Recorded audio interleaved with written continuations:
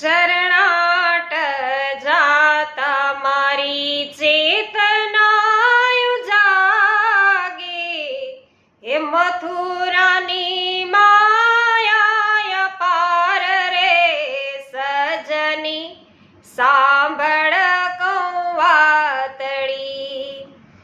મથુરા નગરી અને મથુરામાં બિરાજતા શ્રી મહાપ્રભુજીના બેઠકજી વિશ્રામ ઘાટ।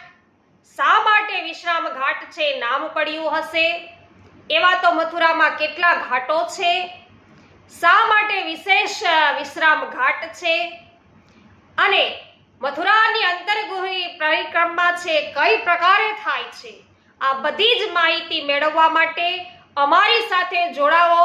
પુષ્ટિ સત્સંગ ચેનલને સબસ્ક્રાઇબ કરીને સત્સંગમાં રોજ રાત્રિના 10:30 વાગ્યે લાઈવ ભગવત વાર્તામાં અને બપોરના સમયે 2 વાગ્યે ફેસબુક ઉપર પુષ્ટિ સત્સંગ ચેનલ ઉપર સર્વ વૈષ્ણવોને મારા જય શ્રી કૃષ્ણ।